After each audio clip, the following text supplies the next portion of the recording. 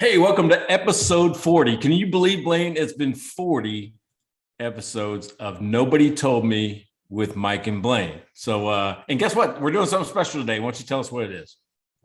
We're live streaming. I think. I'm pretty sure we are. And there was a delay, so I had to find the mute button on YouTube because it was like coming in both ears here. So we're live. We'll see if anyone pops on to watch us live. Yeah, okay. So, all right. So that's cool. So this is our first time going live, even though it's 40 episodes. And I tell you what, we've hit some milestones. We're in the thousands now of downloads, hundreds, over 100 5-star reviews on Apple. So this is really good. What we're trying to do here. So first time live on YouTube. I'm excited to see how this comes out. But if you're new, if you've never seen us before, if you're just tuning in, whatever, if you haven't seen it, here's what we do. We start off every show. This is a show about business, beer, and BS. So if you like guys that talk about business, beer, and BS, that's what you've run into. And we start off with every show by introducing you to a beer that you may or may not know. And I always start with Blaine. So Blaine, what are you drinking today? Today I've got Spilt milk stout from Omen Brewing here in Edmonton. And Omen's quite a new brewery, but they're really good. They're starting to turn out some really great beers. Cool little place. So yeah, I had to grab one of the locals today. How about you? Hey, I tell you what. All right, so I was in a Copa wine bar here in San Antonio, and they had some Elysian beer sitting in their cooler, right? So Elysian, you may not know, but I mean they're out of Seattle. They was founded in like '96 in Seattle when the art and music scene was kind of blowing up. And I used to go to Elysian all the time, and love their beers, things like that. And I ran across Full Contact, which is kind of a hazy IPA. Nice. But the more I look at the can, it kind of scares me. That dude kind of scares me. I don't know if you can see there. And I was like, it's a cross between like a pharaoh and a monk or something. I don't know. Yeah, and he's blue. It's like a Thrawn from Star Wars, the blue guy. But on the back, I mean, it's an amazing verbiage to what it is. And gosh darn, I got to put my glasses on. But I only say that because a lot of times when I look at these things, they aren't very cool. But listen to this. Cloaked in the semi-translucent haze, an imposing presence beckons you to come closer. As you do, your nose opens up to a tangent of wistful memories. Pete, you get the gist, right? Yep. Exactly. So anyway, I mean, it was like a poet over there or something like that that's writing the description of these beers. So cheers. Here's the number 40. The big 4-0. This is a big one. This is a nice one. It's a round number. Yeah, numbers are important. I don't know why, but they are. All right, so here's the topic, right? We're going to talk about differentiation, right? And how important it is to differentiate from your competitors. And when I talk about, like in my courses, when I talk about, a value proposition or building your brand, I combine those two things. One is your value proposition, and the other is your competitive advantage, which is really differentiation. So to me, I think that's all you have to tell people to build your brand is, here's my promise to you. That's my value proposition. And then here's why you should buy it from me. That's my competitive advantage, my differentiation. So let's talk about that. I mean, this is kind of a topic that you brought up. So what was your thoughts on it? Well, I think it's sometimes businesses have a tendency to want to like belong to the crowd, and I think they'll sell if they look like everybody else, then they'll get a portion of those sales. But I think it's a really false sense of security. You need to be able to tell your customer why you're the best in the world at what you do and how you're different from those competitors, and make it incredibly clear. And the difference obviously has to be that advantage. There has to be value to being different as well. But if you do that, then your customers are going to find you on the crowd, and they're going to come to you rather than your competitor. Yeah, see, that reminds me of one of my favorite stories about a brand and how they built themselves, right? So imagine this, and I ran into it from a personal situation. I won't go into that story because it's like a 15-minute long story, but I ended up doing research on this company. So imagine 1962, downtown Seattle, right? And this was a commodities-based business. They sold shirts, they sold pants, ties, suit jackets, those type of things. And I call it a commodity because at that point in time, there was 10 or 15 different stores along, we'll say, the main street in Seattle you could go into and just buy a shirt, right? And to most of us, a shirt's a shirt, right? I mean, there might be a little bit of better thread or better, fits better. Now we got performance.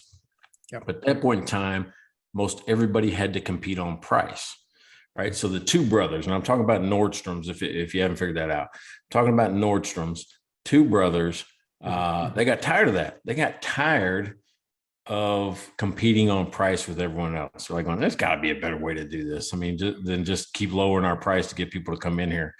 So they studied what was happening about in their business, and they come up with the most simplest graph in the world. Think about an XY axis with just one line, right? Going from the top of the Y axis down to the bottom of the X axis. And what they said was, the more we know the customer, the closer we are, the better the relationship, the less they tend to complain, right? And they don't complain about price. They don't complain about the quality. They just know anything. It's just, and all it is that they trust the relationship. So the better the relationship, the less complaints we get, right? We can just kind of do about anything we want to because the customer trusts us. Well, that became the premise for everything they did after that. They stopped competing on price and they started to compete on service, right? Just on, and it was 3 words. It was solve a problem. That was their whole business model. Whenever you had a problem, their staff was trained to take care of it. And that's where you come up with stories about how they took in tires in return, right? They don't even sell tires, but they took in somebody's tires on return because they had bought a store, like an old Sears store, and the person that bought the tires had the address on a receipt from like a few months before, right before the sale. So they took the tires in just to solve a problem and keep a good name. So interesting. So that's how they did it. I mean, have you seen some other examples like that? Well, I think there's some of the strongest brands in the world. They have to be, well, Apple, of course, think different. Like they differentiated themselves with their approach, with their their usability, their form factor, everything else. I agree with you though. The worst place to compete is on price. Like that is just downward pressure. I know years ago, when the iPhones first came out, we started to build some apps for the App Store, and it started to become a dive to the bottom until it just became everything was 99 cents. How do you build a business off a 99-cent app? Like you have to have such a massive market. So there's this tiny little sliver at the top that was making a lot of money. And we actually for a while had some really top ranked apps, and we're still like, still not making that much money because it was just this dive to the bottom. Not a great way to compete at all. So if you can do something that can completely differentiate yourself, you could ask more money. You could sit on that, make some money off of it somehow. But it's critical for every brand. I think if you think of all the biggest brands in the world, there's something different about them that they talk about all the time. Like I'll go to cars all the time, BMW, ultimate driving machine, Volvo, safety, Ford trucks, like they all have these brands that they've built up over years. And it's like, that's how we're different from the other guy, even if they're not even that different. That's what they proclaim they're different. Yeah. So, I mean, to me, price doesn't matter to me, right? I kind of disregard price. And that's a weird thing to say, but it's an exercise that I go through when I teach the courses, right? And I'm talking to 30, 40 business owners at one time. I use this exercise that I call price doesn't matter. Yep. And I pick out just 4 objects, right? And it's like bike, candle, purse, and what's another thing I use? I can't remember. Something people buy. I can't remember what it is. We'll do bike, 3. Purse, yeah. Bottle of wine. So bike, candle, purse, bottle of wine. Things that everybody kind of know. And the exercise is like this. It's like, how much would you pay out of pocket, right? The most you would pay for any one of those. And I go through them one by one, bike, how much would you pay? And you get things like $50 all the way up to $16,000, right? So you start getting this wide range where some people wouldn't pay very much for a candle, and other people buy those $75 Yankee Doodle candles. You've got a bottle of wine where somebody wouldn't even buy a $2 chuck at Trader Joe's, but other people would buy a $400 bottle of wine, for their, a wedding anniversary. But what that shows you is that even in a small sample size, 30, 40 people, you get ranges that wide. Yeah. And that's what I'm saying. Price doesn't matter. There is a buyer at every price point. What you have to do is figure out where you want to compete. Yeah. Right. Yeah. Where is that I'm good? Because you're not going to satisfy that whole room. I'm not going to have, what's that electric bike you ride? They probably don't have a $50 version is what I'm saying. They don't have a $50 version. No. Yeah, exactly. But they've chosen, they say, hey, we're going to be the best in the world at, how much does that cost? Electric bike? I don't even know. Well, they range from probably 1,500 to 15,000 would be my guess, right? Yeah. Okay. So, but they have kind of a sliver. They probably, maybe it's $4,000 is their best model. They sell more of those than anything else. I imagine so. But your entry point is like, you have to start here and then you get into this, but I think there's that middle space where it's like, yeah, probably the majority of bikes are probably like, yeah, around the $4,000 mark. And then you can get up to the super duper ones, I guess. Yeah. So the point is there, and I use again, bike, candle, bottle of wine, and a purse, because it doesn't matter the product. We could pull up 4 different products and you'll have people buy at different price ranges. So if you're out there and you're thinking, okay, I have to be the lowest in the market. No, you don't. You don't have to be the lowest in the market. You have to tell the best story and solve a problem. Yeah. Yeah.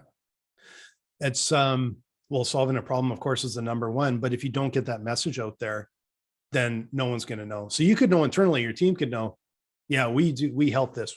We have an electric bike that has the longest range, which means people are going to come to us when they have this long commute or da.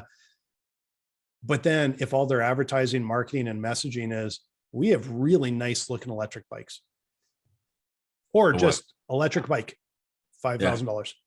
Why would they pay $5,000 for yours when they could get one over here for $1,500? Well, if you get the message out there, because our range is twice as far, that's what we do best. That's how we differentiate ourselves. You're going to get that sliver that comes in and wants the long range bike. So, yeah, it's getting the message out there. It's not just differentiating the product, it's making sure that your customer knows how you're different and what you're best at. Yeah. So that'd be kind of cool, right? So, I mean, what's a range? What's the average range, of a bike? Yeah. Once you got it charged, what's the range? I think, that's a good question. We went last weekend, we went 70 kilometers, which I don't know what that is in miles, 40 maybe. My bike was just below half battery and my wife's was just above half battery. So, let's just say maybe you can get 100 miles, right? I use miles because I don't know kilometers, but let's just say you can get 100 miles. Well, think about that. I mean, for me, maybe Austin, we'll just say Austin. Maybe I can get all the way from San Antonio to Austin. Now, people don't know what that is, but think 100 miles in your world, wherever that is, and go, hey, listen, and it's not 100 miles to Austin, it's less than that, but just say, ride your bike all the way to Austin without breaking a sweat. No more huffing up the hills. Nobody, Yeah. You know what I mean? Get the experience of riding a bike without the exertion. I mean, what a cool way to differentiate yourself, because you're going to sell more of those than any other bike. Yeah. Yeah. And especially when if the other bikes couldn't make it all the way to Austin, like if that's they couldn't, it'd be like, yeah, they'll drop you off 2/3 of the way there, because they're going to check the competition. Yeah. And if you back it up and say, we have the longest range. Yeah, great. Maybe someone else has more durability or something. That's their thing. But if that's, what is your thing, and scream it from the mountaintops. Yeah. So, all right. So the first thing I said was value. We talked about competitive advantage. The other thing about the brand is the value proposition, right? And to me, I know I'm weird, but I've converted it to, a mathematical equation, which is really your value proposition is nothing more than the perceived benefit minus the perceived cost. And you want that to be a positive number, right? You want that, as long as you're getting more benefit than cost, it's a positive number. So That's how you develop. I mean, that's how. Well, let me ask you this a different way. What does the average hamburger cost in Edmonton? If you go to the restaurant and you just buy a hamburger. Like not fast food, probably $15 if it's like a restaurant hamburger. I'm guessing. I'm just trying to think. Yeah. Yeah, but if you saw, okay, if it's $15 and you're like, okay, that's what I'm expecting a hamburger to be. If you walk in and saw it at $24, what would you think? I'm expecting it's going to be a pretty good hamburger. Yeah, but it's really not, right? It's still just a piece of meat, some bun, some garden stuff. Yeah. Why can one restaurant get away? Think about it, it's still just a hamburger. How can one person get away with $24 and the other person get away with 15?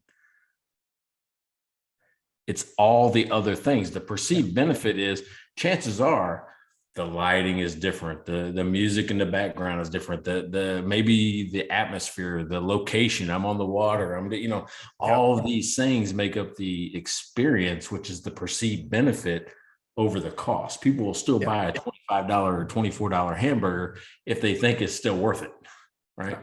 And it's a perceived benefit. Like, some people on this call, or on that, not the call, I just got off Zoom.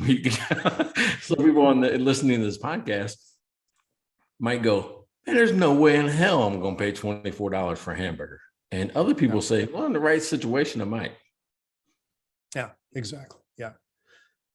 Yeah. And, it's, like I don't know if it's the right situation, but how many times have you bought like a $20 beer and a $30 hot, hamburger in an airport? Yeah. Hey, remember last week? And you can't leave, right? Yeah, that's right. Remember last week I bought Stone Cold Steve Austin's, $20 four pack, $24 four pack. Yeah, exactly. That's exactly it. Yeah. and maybe here was the thing about that. I didn't know it cost $24. So I got to the check to the checkout. So at that point in time, I'd be too embarrassed to put it back. Exactly. But it's interesting how well story sells. And I'll tell you, I was picking up some beer yesterday. This was bought Omen and that.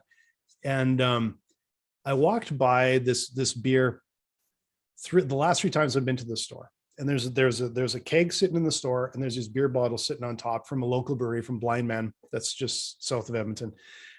And I walked by and I kind of looked at it, and I don't remember what the price was, like $17 or something for it's kind of a regular size bottle. So it's a little bit expensive, right? For a bottle of beer. And, but then yesterday when I walked by, I glanced and I saw on the label, it was a barrel-aged stout. And suddenly I'm like, that's interesting. There's something there. So I grabbed a bottle. I thought, well, I'm going to try it because I like Blind Man. What made the bottle infinitely worth that was when I got up to the till, and the man working there started to tell me the story. And he said, the owner, this Keg and Cork, Lionel, went and bought basically a cask's worth of scotch that was like 25 or 30-year-old scotch. He bought the entire cask of it. They bottled it for him, sent it over. And he's the only one, I believe, in town that has this kind of scotch, right? But then he asked him to send over the barrel. They send the barrel over, and he takes it to the guys at Blind Man and says, do something fun with it.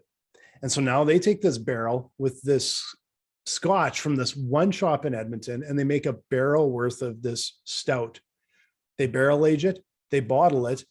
And now the only place in town you can get this barrel aged stout, very short run, is in this one liquor store. And it just, when the story was told, I'm like, oh, that's such an awesome story. I'll probably buy another bottle next time I'm over there.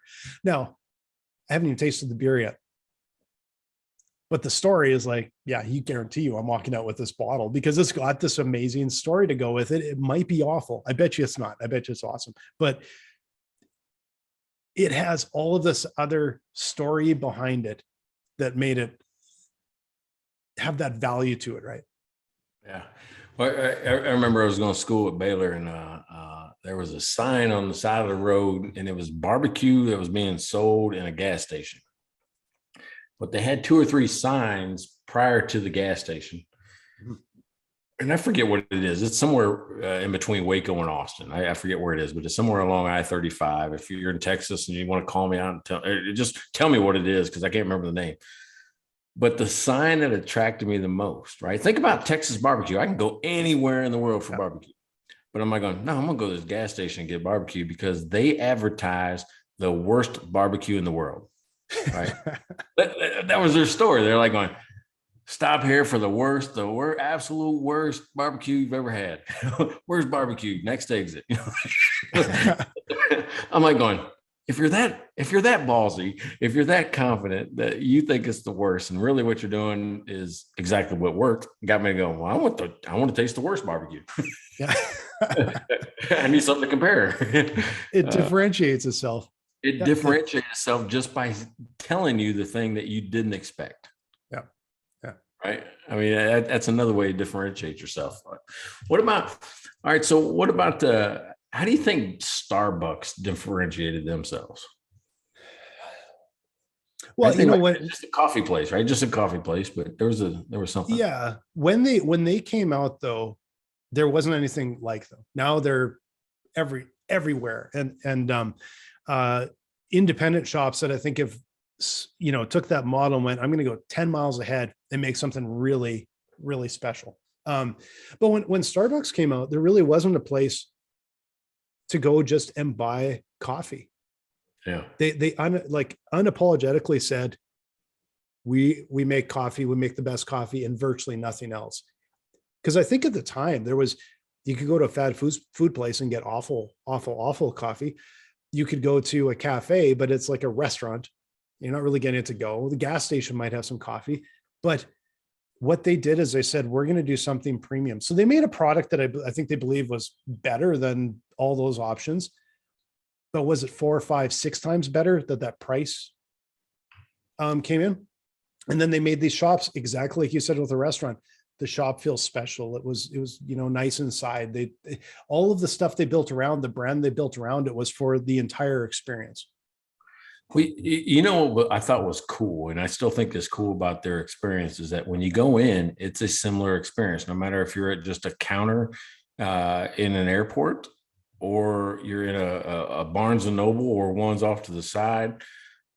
But they weren't ashamed, or I guess they weren't too prideful that every store had to look the same. Like every McDonald's is roughly the same. Every Taco Bell is roughly the same. You know what I mean?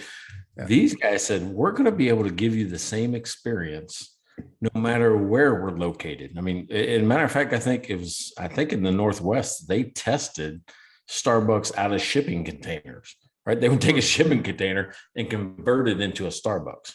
Yeah. I mean, and what happened with that, they weren't, they eliminated a lot of the cost. Think about that. Cause they're like, we can fit in the smallest corner, the smallest shipping container, the cheapest rent place, in town. We're going to put Starbucks there and it's going to work. Yeah. Yeah. It feels to me almost like Xerox, like they built an entire industry sector, everything. And now they have an incredible amount of competition, but they still do what they do. And they have this following that'll always go there. And they keep growing. So what I think they've done is they've converted so many people to liking coffee and be willing to spend top dollar on coffee that all these little independent shops can pop out of nowhere and charge top dollar for coffee. And we'll go there and we'll buy. And other chains have come from everywhere. And yet Starbucks hasn't, it seems to just keep on growing. So it's like they built a segment, they built a sector, and they still somehow managed to lead it. Yeah. So, I mean, we've talked about cost, like you can differentiate yourself with cost because being the Lotus is one way, but you can be the highest, right? I mean, think about it. I mean, you can price people out of the market. If I don't want a segment of customers, I can just make it so expensive that you can't be there, right? Yeah. Just if you want to be here, you got to pay the price. Country clubs do it. I mean, I saw the Ritz-Carlton in Atlanta do it, where you walk in, you get a drink for $22. They'll serve anybody that wants to pay $22 a drink, right? Yeah. But like me, I'm walking in there, I'm like, I don't want a gin and tonic for $23 or $22. So they price Yeah. me out of the market. There's ways to do it on both ends, right? Where you can kind of craft the type of customer that you're looking for. Yeah. We also talked. I think with Starbucks and all that, it's kind of an experience. With Apple, it's an experience, right? You're like going, okay, it's. I like the user friendliness of it. I like the controls. I like the stylish design. One I ran across recently is, I'll call it ease of use. And what I'm trying to do is give people buckets, like I can be cost, I can be experience, and I'm going to call it ease of use now. Remember, we're doing this on the fly, folks. And we're drinking at the same time. So if it doesn't make sense, who knows? But ease of use. I'm gonna call out BJ's restaurant and tap house. They like have their own beers, but it's just kind of it's like a Fridays or a Chili's or something like that. Okay. Think that style restaurant, but they have an app. And when I say ease of use, think about this. You go in, you're a member on their app. You can order from your phone. You pay from your phone. You never really even have to talk to anybody. I can leave. I don't have to wait for a check. Everything's right there. I just pay a tip, go when I'm ready, right? Everything's done on my time. That's an ease of use. And that's what you're starting to see a lot more companies do, is find ways to make it easier to do business. I mean, I may not like that I have to go to a kiosk to check a bag to go on an airline, but gosh darn, it's easier, right? I just go in, click in, get my own tag, go drop it off. I'm no longer waiting in those huge lines behind people trying to check a bag. I mean, ease of use is just as much of a differentiator as anything else.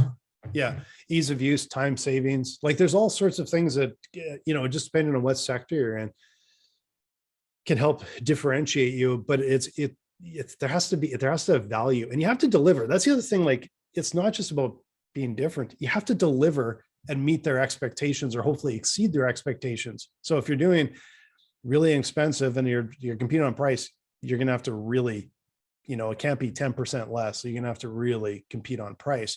But if you're at the top end of the market, you're going to have a minimum level of that quality where they say, yeah, it's worth it. Because you're not going to get $24 for a McDonald's hamburger, but there's this whole range at the top where it's like, it has to be good, pretty good ingredients, a little bit different, right?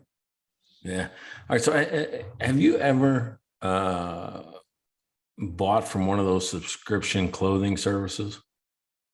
Or a subscription? I don't care. Maybe it was food. Maybe it was clothing. Maybe it was something else. No, I haven't. Home Chef or something, or.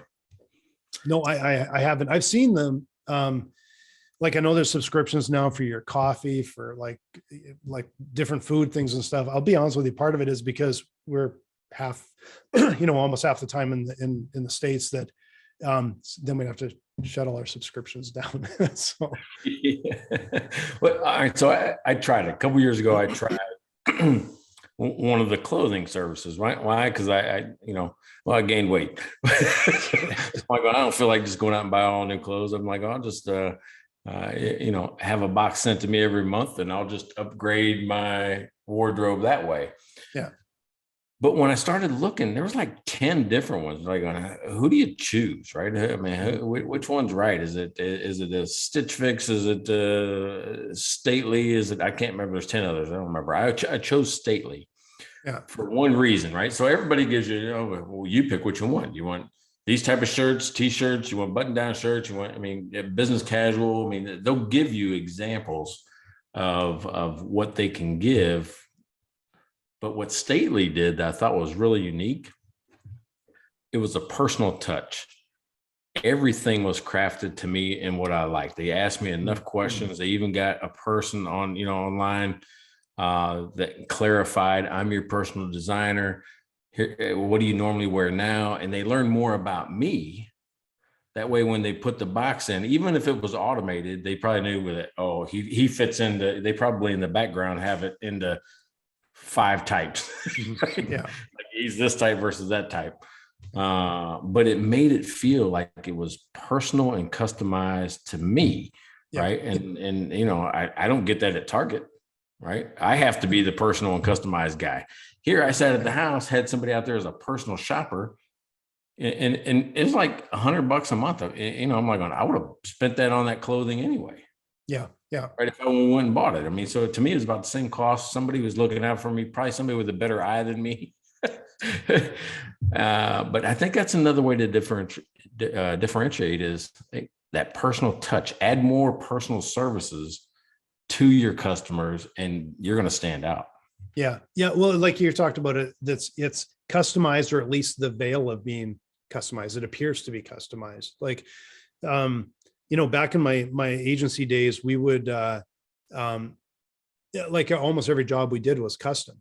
But when we were quoting projects and stuff, we would have all of our templates and all of our, oh, we did something like this a few months ago, and you'd kind of come up with this quote that's very similar to that one or whatever. We always made sure that it was different, but it felt even more different than it probably was.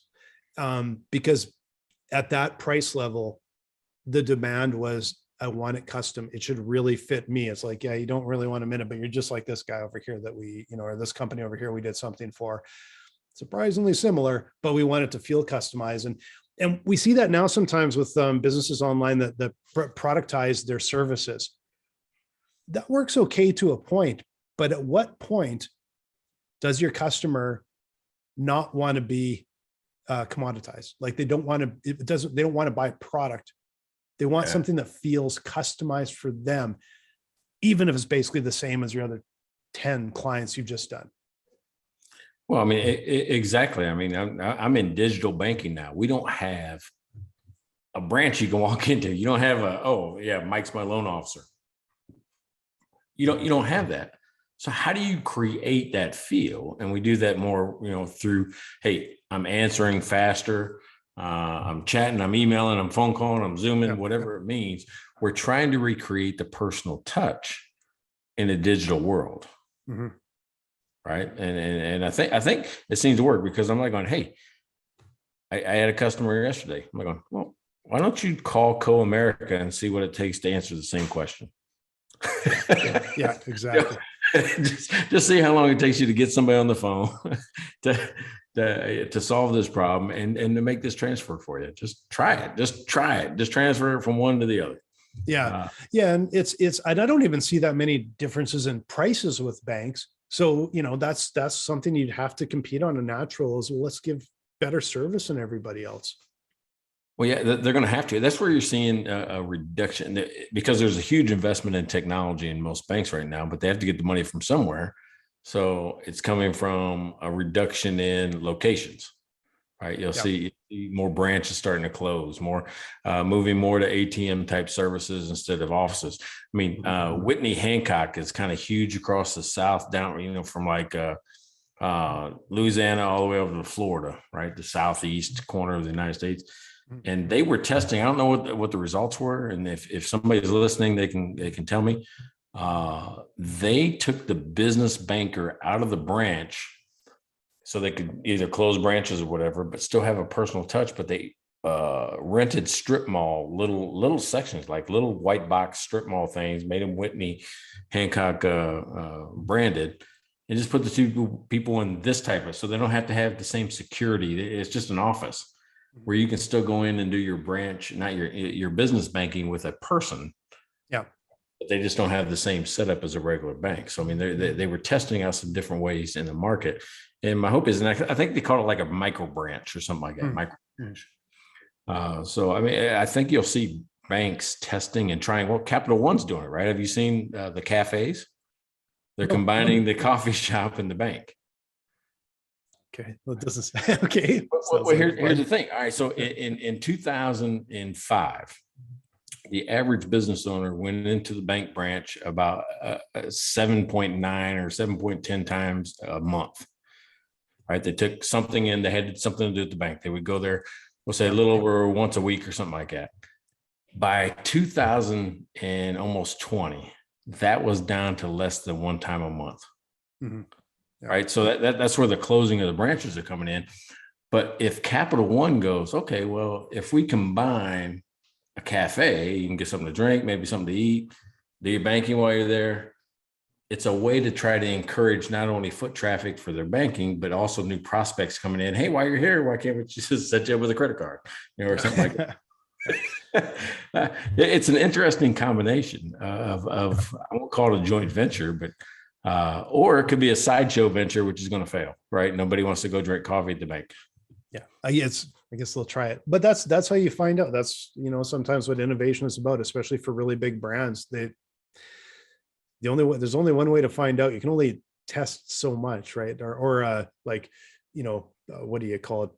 When you get a bunch of people in a room and ask them, hey, would you go to a bank with a coffee shop? At some point, you just gotta, let's make one and see what happens, because nothing's going to do it like a real true test. Well, and I'm sure it came about was they already come in, they already get the coffee and free cookies when they come in, right? Have you ever seen that in the bank? They have like something for you. Well, that's because the lines are too long. Yeah, exactly. Somehow. Yeah. And honestly, it's like, I just look and go, that coffee's probably been sitting there for 3 days or whatever. Like, I'm like not touching that coffee. Yeah, that's fun. Hey, have you ever seen it go bad where somebody tried to differentiate and it just went terrible? That's a good question. You can tell, like, this again, we don't prep for this at all. So you got me one. Do you have any in mind? I can't think of one that failed miserably. Here was what I was thinking is that, all right, so you and I are both in software. There are times when I think that what we can do with software, you're right to think about. I mean, software is magic. If you can dream it up, you can try to build it and pretty much get there. Yeah. There have been some software or just some technological innovations that have either scared the market, been too early, they weren't ready for it. And I can think of two examples right now. One of them happened to me personally. The other one is kind of a commercially known story. And I'll tell that one first.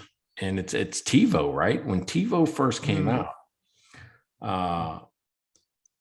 it kind of scared people. Nobody got it. Nobody can understand it. Like, I want to say, what do you mean I can pause live TV, or I can skip commercials, or you're going to record my viewing habits and then recommend shit to me later. Yeah. Everybody like going, whoa, wait a second. This is my living room is kind of my space. I want to be in control of it. Yeah. And TiVo's initial message, even though the technology is great, TiVo's initial message. Thank you, Elysian. Scared people a little bit, right? And TiVo's really never been a commercial. They don't make money. They just say, if you go look at the stock price, I mean, they opened up at like $30-some a share, and it dropped almost instantly to below 10. I think they're around 6 or 8. They're never profitable. I didn't even know they're still around. What could they possibly be doing now? I no idea. I haven't looked into that far, but I'll tell you what, the concept now, remember they came out 15 years ago or better. The concept now, it's built in, that technology is built in everything, right? I mean, every service that you got, streaming service, whatever, on-demand television is exactly what everybody wants. Then scared the hell out of people. Yeah. Right. Yeah. The other thing is something that's very, very close to you and I. When we first introduced Finograph, 2012, accountants and business owners and banks went, whoa, what do you mean you're going to connect to my accounting software and take information out and do something with it, right? It freaked people out. Now, I bet there's accountants that listen to this that have 25 apps connected to their accounting system, right? Exactly. But it's one of those things where it's like either it's the idea is way out in front of the market. Yeah. And because of that, it was so hard. We were so different. We were trying to differentiate based on saving time and efficiency and ease of use, that people go, no, you've crossed the line. You're getting into my personal space. Yeah. Right. So, I mean, there's a little bit of that. You've ever heard anything like that? Or so? Well, you know about the accounting. Yeah. But the thing that I find really interesting, like, because timing is such a massive thing, and we could do a whole show on timing, and especially being too early or being too late, at least too late. There's probably a market there, but being too early, how tough that can be. And you can basically change the world with an idea, but actually not benefit from it. And I'm curious, when you're talking about TiVo, I naturally started thinking about Netflix. And with Netflix, they started with, they would mail you out DVDs and you'd mail them back and that. And I really wonder if they sort of learned from that and it turned into what it is today, or if they actually had that in mind and thought, we're too early to do this. The technology is not there, the people, the appetite, whatever isn't there. Let's start with the DVDs while we build this until we get to the point where we can flip it over, flip it on, rather than it's like, we know where we have to go, but if we do it now, we're too early. I'm not sure. I'm just might be totally making that up. I'm just curious. I don't think they had that in mind. Right. I remember seeing a documentary or something on it, but I mean, I don't think they had it in mind. I think their initial goal was to knock out Blockbuster stores. Okay. Right. It was, hey, the problem they were solving was, don't you hate having to drive over to Blockbuster and then paying a late fee if you don't get it back the next day? You know, it was kind of one of those things. Well, avoid that by getting our subscription. Take the DVD, keep it as long as you want to. You only get 3 a month. Remember, it's like 3 a month. And we'll send you a new one when you send yours back. Yeah. Yeah. Right. So I think it was all that. They were going head to head with Blockbuster. Yeah. All these little family video stores where you had to drive and got charged all these late fees. Interesting. Okay. So it's, so they made it, maybe didn't have it in mind, but they weren't too early. They were on time. Like they kind of looked at it and said, we can improve this. We can improve it today. People will buy it today. Yeah, I'm trying to think of who. Do you remember who the first streaming service was? Well, as far as I recall, one of the cable company. No, as far as I recall, personally, I don't know. I have no idea if it's true, but Netflix was the first one I remember. It's the first one I bought as a streaming service. The networks all seemed years after to me. Amazon feels like it was after Netflix. I'm not 100% sure about that, but it feels like Netflix was to me. Yeah, I don't think it was a streaming as we think today. I think they called it like video on demand, and what they had was probably a huge server, and you called into a server and just watched it, which I guess is kind of streaming. Yeah, I know, like the cable companies, like, yeah, you could do at that time a small portion of shows on demand or something like that. Now it's kind of a bit of the norm.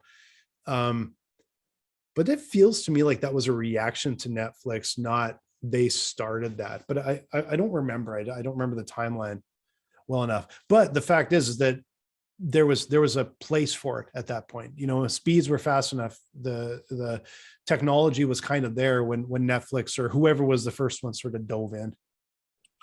Yeah, so I think that the lesson learned there for me, though, based on what I just told you about, TiVo and all that, is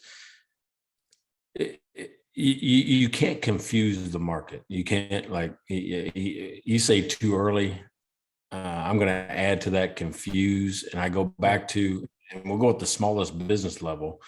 If people don't understand what you're doing, they're not going to buy it. You know, I think we have an episode on that. A confused mind never buys. Never buys. Yep. Confused mind. And so, and that's where I think during that episode I talked about, am I a restaurant with a bar or a bar with a restaurant? Because my expectation of your service is different. So if I want to differentiate and say, I'm going to reimagine the restaurant industry, I can't do it so drastically that people go, what in the hell is this? Right? Yeah. What is this? That's not what I expected at all. Yeah. And solving a problem too is it's not just about solving a problem. It's solving a problem in the way that the market, like, because that's maybe the problem with TiVo. They were actually, I guess, for solving a problem. The market wasn't ready for it. Maybe they were confused on how they messaged to it, or maybe people just weren't ready, and that's the timing thing. But I guess it's a little bit of, you got to read the room. Like, that is an answer, but is it something that people will accept now, or maybe in 20 years? You talk about timing, and that reminded me of Kodak, right? You got to remember, I don't, you probably, old like me, you remember going into stores, we'll say Walmart as an example, and there was a whole row of shelf just dedicated to film. It was Fuji, and it was Kodak, and it was Polaroid. I mean, it's just and you pick different speeds and different sizes and different, all those type of things. I mean, just the whole thing. And then you take the picture, you go get it developed, and then you come back a couple weeks later and get it. Right. So digital cameras came out, and Kodak goes, it's dumb. We're not doing that.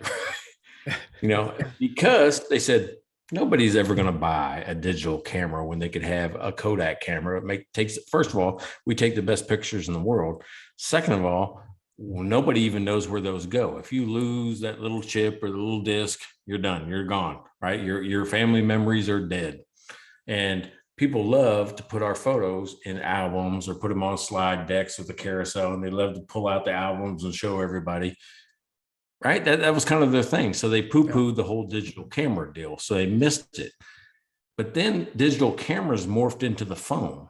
Right. This is kind of like from through the 90s into 2000, where now I had the camera built into the phone. Yeah. Kodak goes, even dumber. That's even dumber. So they missed the digital thing. And they opened up kiosks, though, because, okay, everybody's taking all these digital photos. We're going to make a kiosk where you can print your own photos, or if you want to, put it on a coffee mug. Have you ever seen those? Right. There's a Kodak kiosk in like Walmart. Yeah. And when that because I still didn't print that many, maybe one every couple of years, I did something, maybe one, right? Mm-hmm. They missed it. They missed it again with the phones. And then after, we'll say Apple dominated the market, and I forget who else it was back then. Maybe it wasn't BlackBerry, but somebody else came out with it. Before Google, who was that? Nokia, maybe, or Samsung. Somebody else was in the market. And they said, we're getting into the space. They came out with their own phone. I don't know if you remember this, but there was a Kodak phone. Don't remember that at all. Nobody bought it, right? Because we already had Androids and we already had Apples, and nobody bought the Kodak phone. Because I trust you to take a picture, but you're not a phone company. Yeah. Exactly. So that was them trying to differentiate when they'd missed on the timing a couple of times already. Yeah. So check this out. They abandoned the phone, it. And guess what they got into next, which happened like in the last year and a half, maybe 2 years ago at max? Cryptocurrency. Okay. No kidding. I mean, like cryptocurrency. This is a company that's lost. Yeah. Right. They're just they need revamp. They've abandoned everything that they did for 100 years. They've abandoned it and either gave up or they have no clue of what they're supposed to do next. Right. They forgot who they were. Right. So don't differentiate that way. Don't say we're Kodak, buy our cryptocurrency. And honestly, if I knew there was crypto owned by Kodak, I'd be like, I'm not buying that one, because those guys did everything wrong for the last 20 years, right? It's probably dead already. I would be surprised if it was still around. That's funny. I tell you what, are we still live? Did anybody even watch us today live? I don't know. We're still live. I have no idea. This is our first time going live. I have no idea. We'll look at it after, and I'll pop over to YouTube and see if there's something there that looks like, I don't know, we're doing something there. But it was surprisingly easy, right? Very easy. To do YouTube live streaming from here. Very easy. So I think we keep doing it, right? Because live seems to be the thing. Yeah. I think it's just like the more you put out there, the more times you're live, it'll get better. Yeah, exactly. I'm hoping one of these days people go to our website, mikeandblaine.com, and not only check out the episodes that are on there, but we have two important buttons on this thing, right? One is buy us a beer, right? Meaning that whatever we drink at the beginning, we are going to drink it in your name, or you just send us one of your beers. If you're one of the craft brewers that we talk to or think about, we'll drink one of your beers and talk about it. And I'll give it a more in-depth review. I won't say better or worse. Don't send me garbage, but we'll give it a more in-depth review, and we'll talk about it and make it good. And 0 people have done that so far, right? 0. Yeah, it's getting embarrassing to mention that, but nobody's bought us a beer. I think they're just refusing to by now. I think it's a running joke, like on let's just not do it. Exactly. But we also have a merch. We also have a merch button. So believe it or not, we've got merchandise that you can get for Nobody Told Me with Mike and Blaine, which I think is funny. And on our 50th episode, you better go buy a shirt, Blaine, because on our 50th episode, we're going to wear shirts on the 50th. So I think that's going to be fun. Yeah, that'll be very cool. Tell me about our sponsor. Yes, Dry Run. That's my company, CEO at Dry Run. And Dry Run is a financial modeling cash management software. So if you're a business, especially one that is in the multi-million-dollar business, the 1 to 50, 1 to 100, where things are getting complicated, you really need to know where your cash is at. You need to plan for expansion, for growth, for sales. Come and check us out. And especially if you're a CPA or CFO and you're advising clients, we're going to make you infinitely faster. You'll be able to serve multiples more clients and make the world a better place. So come and visit us at dryrun.com. There you go. Hey, make sure you're going out there and checking out Dry Run. And believe it or not, we have space for one more sponsor. If you're interested in sponsoring the podcast, just go to our website, mikeandblaine.com, and click on Become a Sponsor. And you'll contact us and we can tell you how to do that. So, Blaine, what'd you learn today? Differentiate. Well, there was something in there. There's a great story about Kodak. I learned a lot about Kodak today, actually. But I learned it's very important to differentiate. But we also got into timing, how important timing was. So there were some real nuggets of gold for me in there today.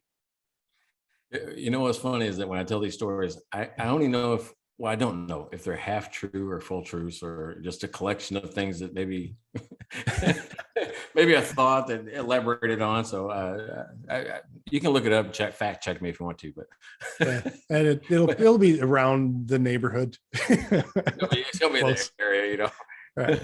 I hope I'm not just 90 degrees off. So, but it's a good story either way.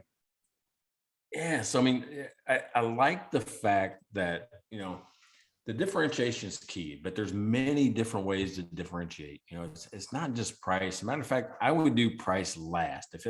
If you've tried things like being more innovative, bringing in more technology, ease of use, having more personal touch. What was the other one we mentioned that I thought was pretty good? Or the experience, right? The experience that you produce. So I would try most of those first, and then focus on price last. If you're as a differentiator, I'm going to be different. Do this. Yeah, and I do remember a pricing expert one time. I never thought to mention it until now, but a pricing expert I talked to, one of the things he said was, in general, you want to be the least expensive or the most expensive, and nothing in between, because it just confuses people. If you're somewhere in the middle, well, are you the best? Or what exactly are you? Interesting philosophy. So in your segment, are you the most expensive or the least? And that was, I thought, some really good advice. Yeah. But that in mind, free sometimes is even more confusing. That could actually hurt you. Yeah. So if they get free, I'll compete on price. I'll just be free. Yeah. Don't do that. That's because people they don't put any value in it. They're like, you have the worst product. That's why you're free. Yeah. Tough way to make a living to do that. Yeah. Yeah, that's true too. So Blaine, nice to see you again. Nobody Told Me with Mike and Blaine. This is episode number 40, and we were talking about you have to differentiate from your competitors. So I guess we'll see you next time, man. Yep. Thanks, Mike. See you next week. The big 4-1.